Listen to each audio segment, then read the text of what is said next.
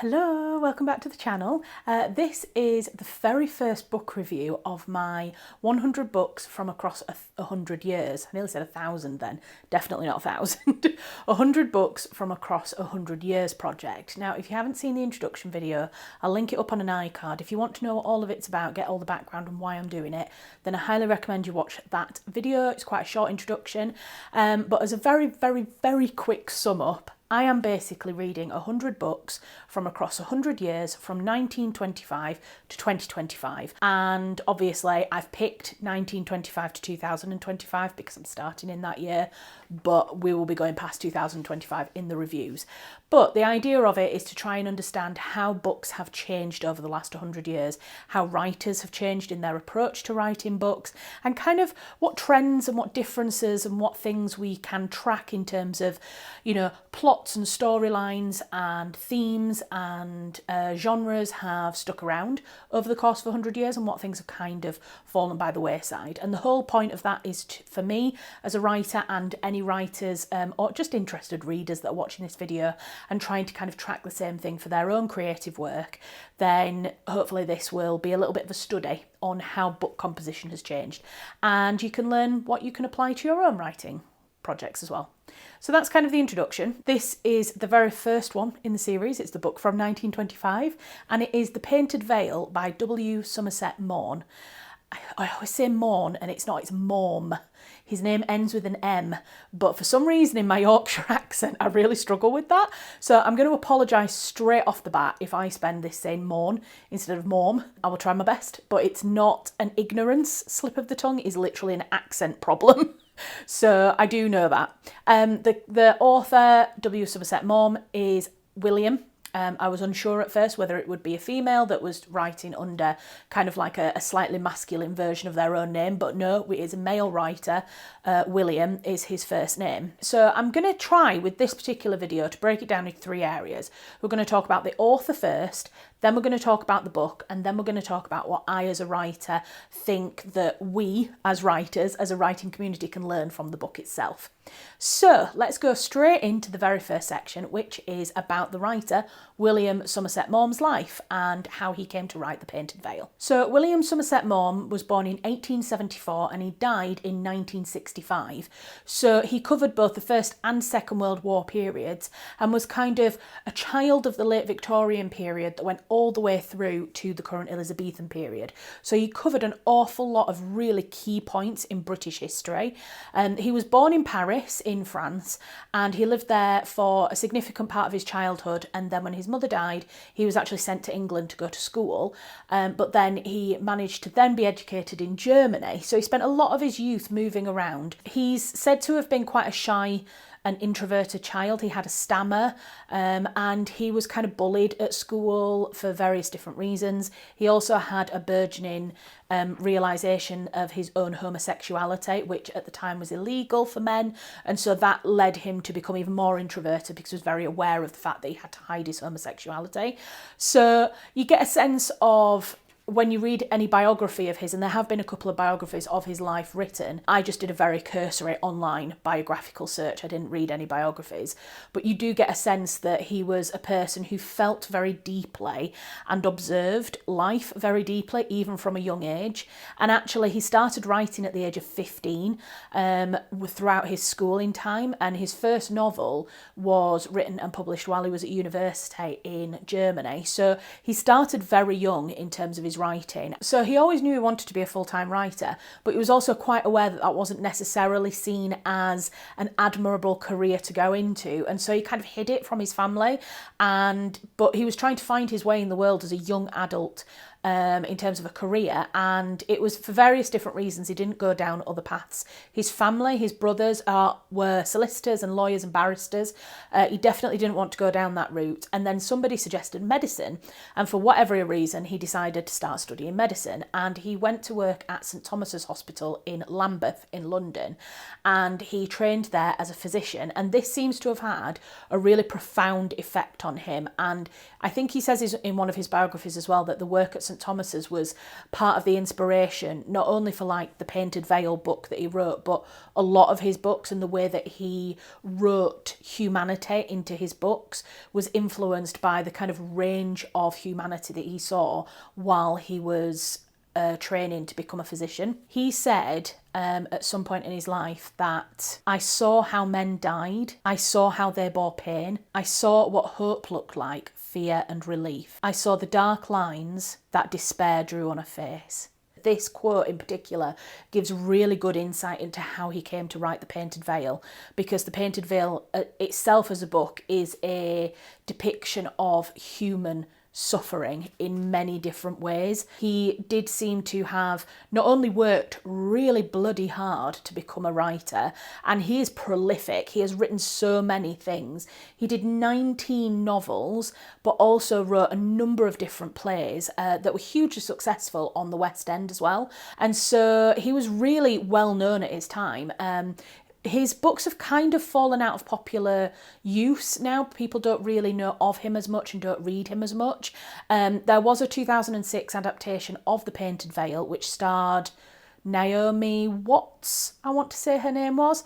I haven't seen that film, but I might watch it now that I've read the book and kind of understood a little bit more about Somerset Maugham's background as a writer. So one thing I have noticed is that I picked The Painted Veil because it was published in 1925, and I wanted a book, obviously, that was published within 1925 to start my challenge. But actually, The Painted Veil isn't the most successful or well-known of Somerset Maugham's books. Although there were 2 film adaptations of his novels, The Painted Veil was adapted in 1934 and Greta Garbo played the character of Kitty. So you can see that these are like, it's like having a book published and then having it adapted by Reese Witherspoon now. So it shows the kind of level of fame and popularity that he had at the time. And I know I've mentioned it already, William Somerset Maugham was gay.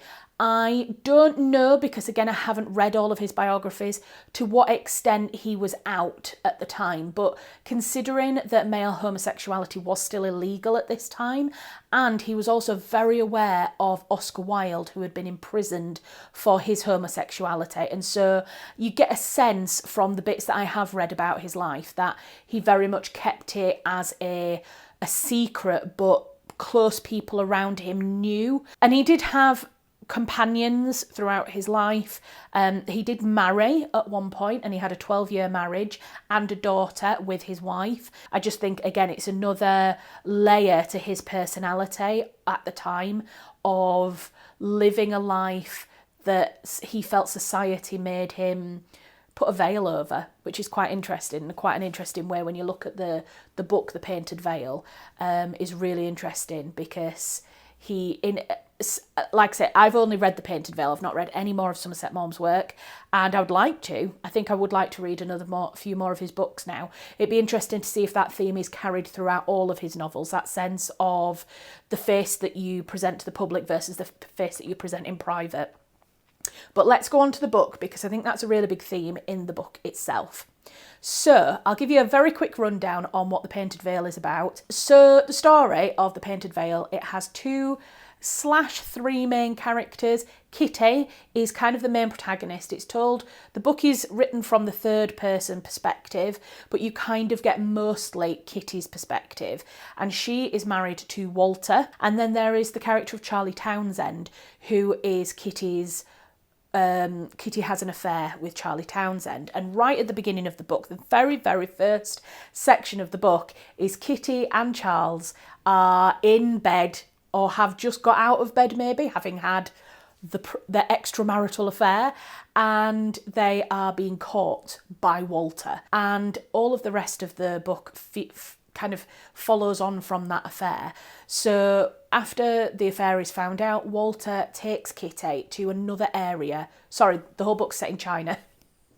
Probably should have mentioned that before. So the book is set in China. It's set in a fictional place. Again, it was set in Hong Kong, but for various different legal reasons, which I'll come on to talk about afterwards, the book was then given a kind of fictitious name, and then it kind of goes back to show how she came to be there and how she met Walter, her husband. So it goes back to show that she was the daughter of a really vain mother who just wanted her children to make the best marriages that they could, wasn't really bothered about love, just wanted them to make exquisite marriages where, you know, money and position and society would accept them. There is Kitty and her sister, and Kitty is seen as the one that's going to bring the family the best marriage and this, that and the other. And then year after year, she goes through the marriage market and doesn't make this illustrious marriage that she's supposed to. Her younger sister then makes a very good match to a baronet, and this causes Kitty to suddenly panic, thinking that her sister's going to outmarry her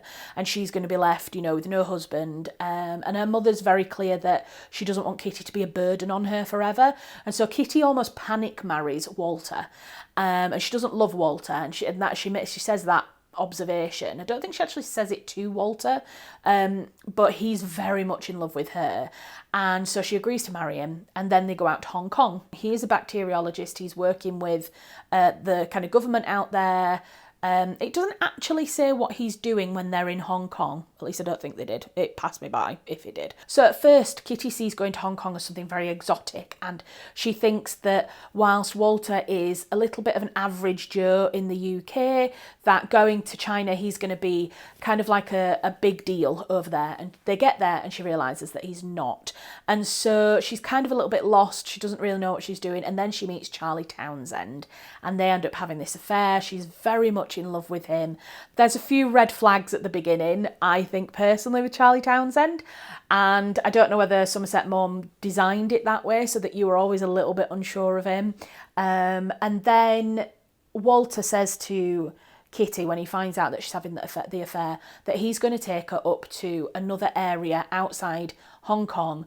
Again, I'm going to put the name in on here, where there is a really serious outbreak of cholera.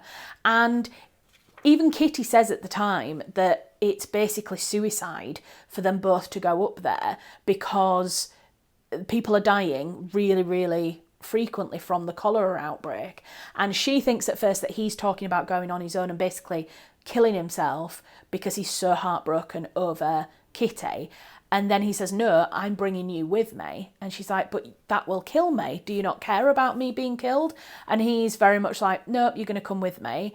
Well, he actually gives her an ultimatum. He says, go to Charlie Townsend and say that if he agrees to marry you within a week of separating from his wife, because he's married as well, then I will divorce you and you can go and be with Charlie. So she goes to Charlie Townsend, she says all this, and he basically does what every kind of married man does in an affair and says, oh, actually, I have no intention of leaving my wife.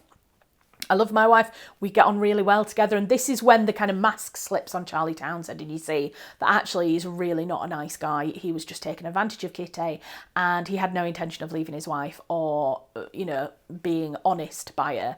And so she realises that she's got no option. She's either going to have to go through a scandalous divorce from Walter and then be lonely. And so she agrees with Walter to go to the cholera town and basically resigns herself to dying if she gets there. And so they move to this town together, and they're heartbroken. She's heartbroken because Charlie's treated her in this certain way. Walter's heartbroken because he's obviously found out that his wife's had an affair, and they both go there with absolutely no intentions of surviving. Go there, and within like a week or two, she goes to a local convent where she meets the sisters who work in the convent, and she's very much kind of taken in by their care of the Chinese people and the people around them who have got cholera. They have a hospital there where they care for people and they nurse people who have caught cholera, and they have a number of orphans who are also at the convent as well. And so she is absolutely taken in by the charity and the hospitality that these nuns show, and it kind of helps her to stop thinking of herself, I suppose, and to think about doing something else and helping somebody else. And so she goes to the convent and she is looking after the children. And then, unfortunately, Walter contracts cholera and he ends up dying. Just before he dies, she realises that she's pregnant, and he says to her, is it mine? Is it Charlie's? And she says, I don't know. I don't know who's the father of the baby. And then he gets cholera and he dies. And so suddenly she's completely cut off from the kind of anchor that she had, which was Walter.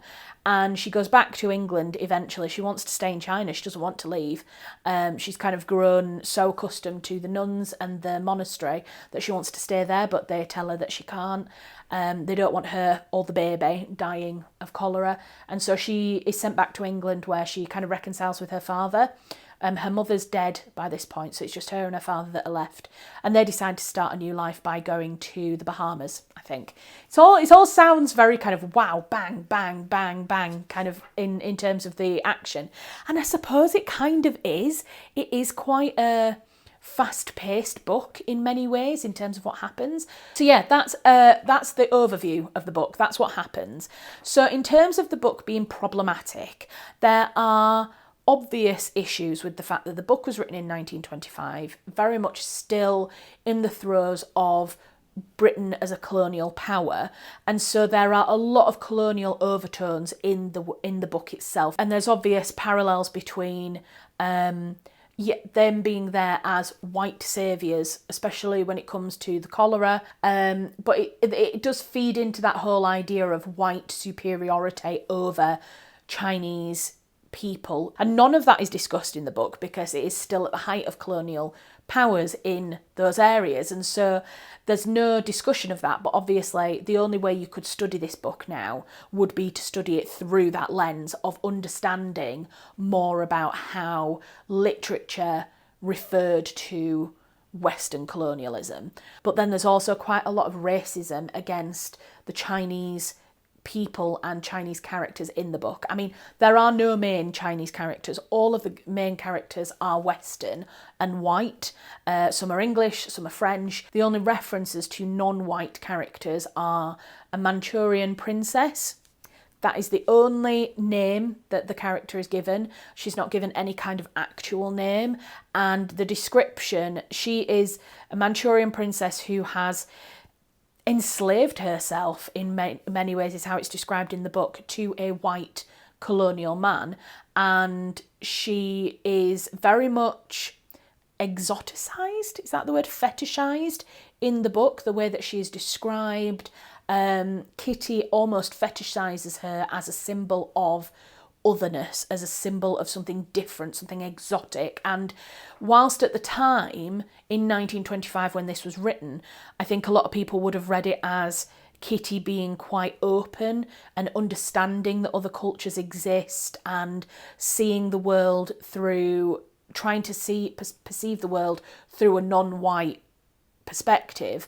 But obviously the way that we can see that is written now through a 2025 lens, it is using the Chinese and the Manchurian culture as otherness, and that's hugely problematic as well. So then there are a couple of very obvious racist moments in the way that either Somerset Maugham describes something, or it's mainly, obviously because Kitty is the main character, it is mainly seen through Kitty's eyes, but it's written by Somerset Maugham, so it's kind of who's the person with the racist perspective here? Is it the writer or is it the character?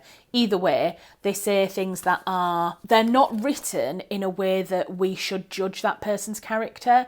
They're just horrible statements that really didn't need to be in there. And again, they other the Chinese people in this book. In the scene where Kitty and Charlie are in bed together and they're trying to work out if it's Walter who is disturbing them or whether it's one of the house attendants, Kitty says only a Chinese would turn the handle that way.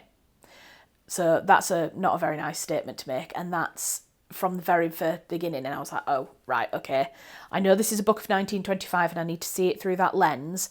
And at the same time, that makes me feel incredibly uncomfortable to read that. And then there was a horrendous scene where Kitty is first at the convent and they take her to have a look at the children who have been orphaned. And Kitty gives this description. I've written it down because it's a bit longer, so I've written it down here. She shuddered a little, for in their uniform dress, sallow-skinned, stunted, with their flat noses, they looked to her hardly human. They were repulsive. And I read that and I had to take a moment, because it actually reminded me of the kind of the German propaganda of dehumanising Jewish people during World War II and during the Holocaust. And that's what that statement made me think of. It it dehumanized Chinese children and Chinese people in the book. And I just thought, God, that is absolutely horrendous thing to write.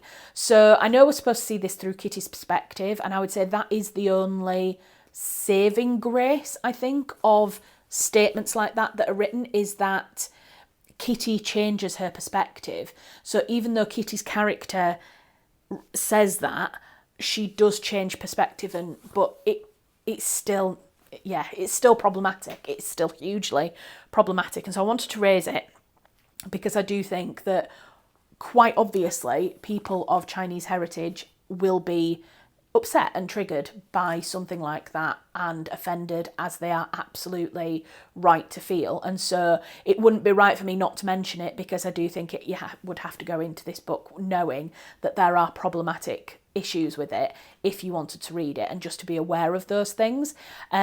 Obviously, a book like this would not be written in this way now in 2025.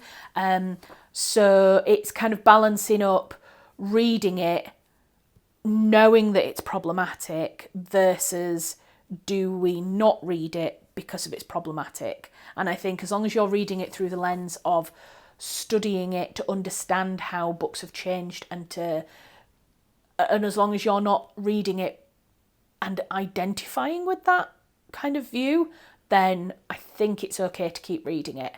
But that's just my thought and opinion at the moment. I am very firmly on the line that we shouldn't ignore historic racism. I think a lot of people argue, oh, what's in the past is in the past, can't we just let it go? No, because we can only learn if we look back on what mistakes we've made in the past. So that's just where I stand on it. I would want to read something like this because I'd want to understand how we should not be, if that makes sense. So yeah, there are obviously these problematic issues with the book, and I wanted to mention them. The book itself did have a couple of lawsuits against it very soon after it was published. Like I said at the beginning, the Kitty and Walter's surname was Fane. It actually originally was Lane, Lane, but then several families in Hong Kong at the time had the surname of Lane, and so they sued, saying that it was a poor reflection on their heritage, and so the names were changed to Fane, and that has remained throughout all subsequent editions of the book. Now, Hong Kong was originally named as the main city of, I think it's Qingyan, I think, and I'm saying this off the top of my head now as I'm remembering, but it was changed to Qingyan instead of Hong Kong. But in some books, in some subsequent reprints, it has changed back to Hong Kong again. And if you want to know more about those kind of lawsuits, I would just advise you to go and have a read online about what happened there. So the book had always been a little bit problematic and a little bit controversial ever since it was written, but it also was quite a success. It was one of his many successful novels, and it has been reprinted a number of times. It is now considered one of the classics, and as I say, in 2006 they remade a film adaptation of it, so it's obviously still having some relevance and some notice even today. The only other thing I want to note as well, I'm not going to have time to discuss it here, but there's quite a lot of feminist readings of The Painted Veil, this kind of time in the 1920s of the emergence of feminism and women starting to question, it's kind of post-World War I, women starting to question their role in society and kind of break out more of the traditional bounds of women and what it meant to be a woman in society.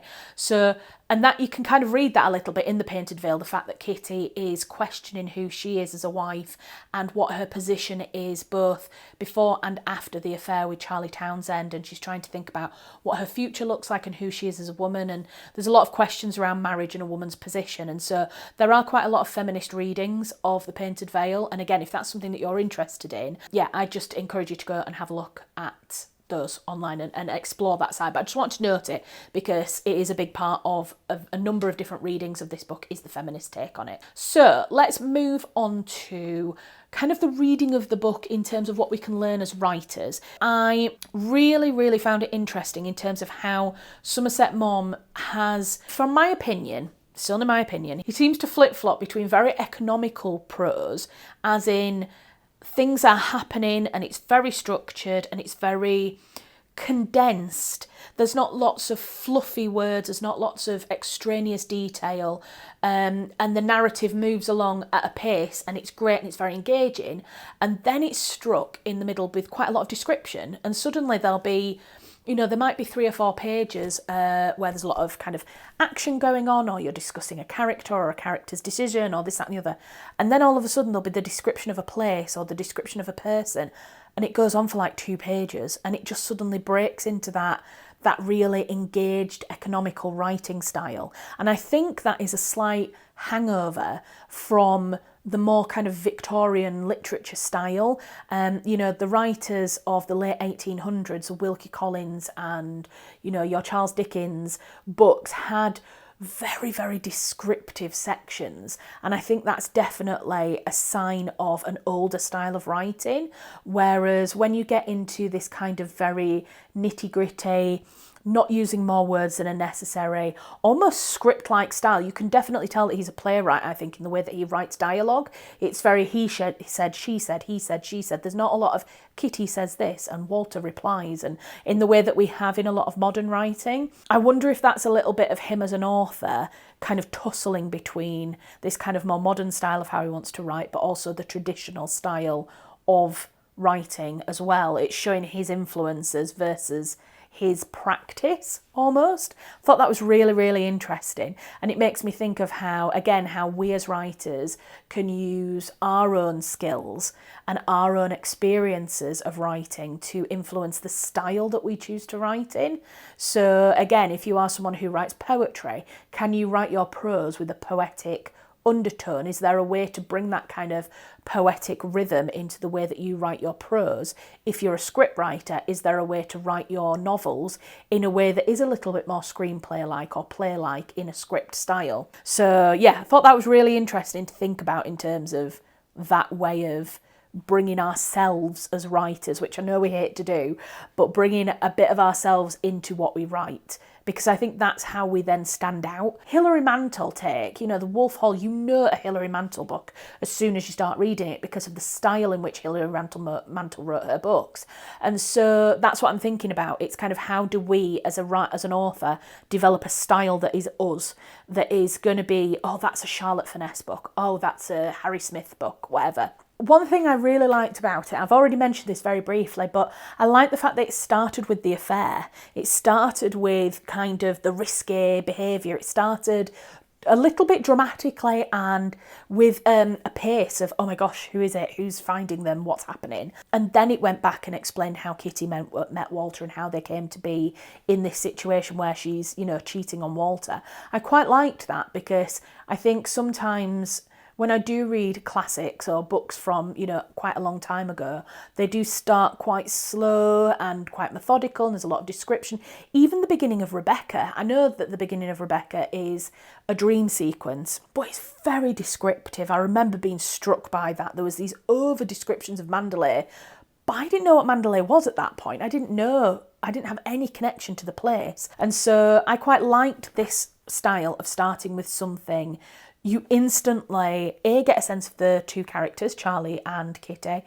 You get a sense that you're there in the action, you're taking part, you're discovering what's happening at the same time, and you're kind of very there, and then it goes back and explains the backstory. I really liked that. So again, thinking about how we start the books and how we capture people's attention is really interesting. I thought this was it surprised me actually that it started like that. And I'll be interested to see if like the 1926, 1927, 1928 books are similar, or whether this is just something that Somerset Maugham did. And that's maybe what made him stand out so much as a writer of this time. So I've just got a couple of final things that I wanted to mention really about the way that Maugham had written some of the sections. I've said that he's been very economical at times with words and then has had overly descriptive things. I think my favourite parts of the book were the economical sections that were more, and when I say economical, it's not like they're bare of description. He's got a beautiful way of phrasing things. I'm going to come on to a couple of my specific favourites in a second, but it's just choosing to kind of make words do more than just be words on a page. And I'm aware that's a very strange statement, so I'm gonna exemplify that statement now. So at one point he's talking about the fact that Kitty goes to the convent and comes home at a certain time, and it's that thing of, you know, she would go in the morning, she'd come back in the afternoon. You can say that, but the way that Maugham writes it is absolutely beautiful. So he says, she went to the convent every morning soon after sunrise. Absolutely fine, just a normal description of going to the convent in the morning.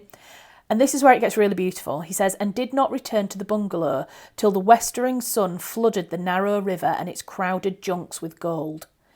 And I thought, wow, that is so perfect. It's so clever, because not only is he describing the time of day, the westering sun is flooding the river with gold. You know that that's sunset. You know that that means it's early evening, but it's also describing the place at the same time. So it's using words to do two things at once. It's describing a time of day, but it's also describing the place and adding richness in its descriptions. And I thought that was really clever and really beautiful. And then another one was how Somerset Maugham wrote about death in this book, because death is present quite a lot. A lot of the main characters having to come to terms very quickly with death. He writes at one point, and it's Kitty basically talking about how foolish it is to worry so much about affairs. And it sounds a bit strange, but when you read it in the context of the book, you understand it a little bit more, that she's like, why are we worrying about things like this when there are people dying every single day? And this is how it's written. When death stood round the corner, taking lives like a gardener digging up potatoes,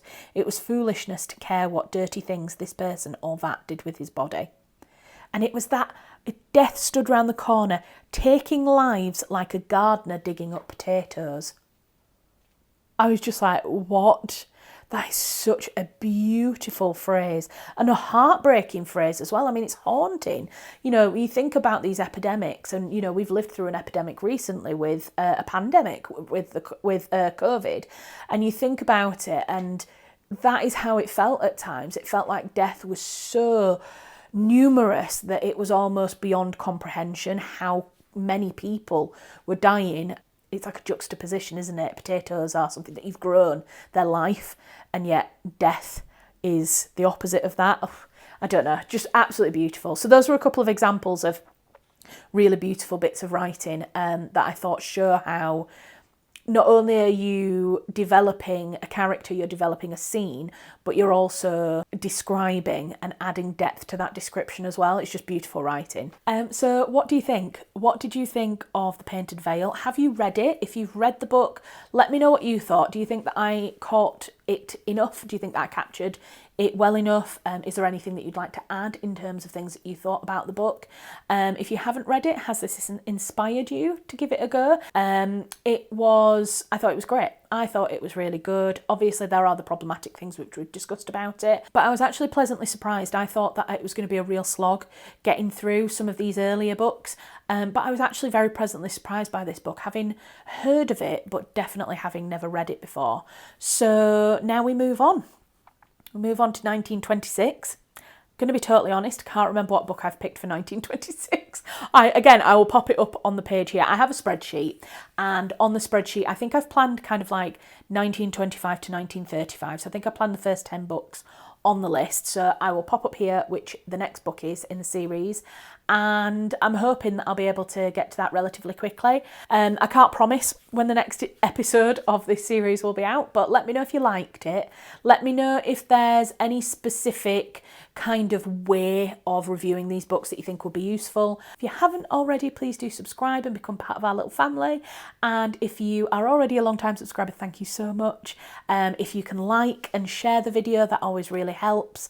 And if you want to support me and my writing even further, you can become a patron. All of my lovely patrons are currently scrolling on the screen now. You can join my Patreon. The details of Patreon are in the description box below, so you can go and have a look. It's a set price every month, and you get additional content over on my Patreon. I do a voice notes from me, which is a weekly update about my writing and kind of where I'm at with my book, etc. And then I also do exclusive videos and longer versions of some of my discussion videos like this that are over on there as well. So again, thank you very much, and if you watched this far, put a paintbrush, because it's The Painted Veil.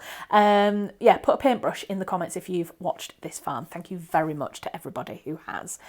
Right, I'm going to go and I will see you in my next video. Okay, thanks guys. Bye.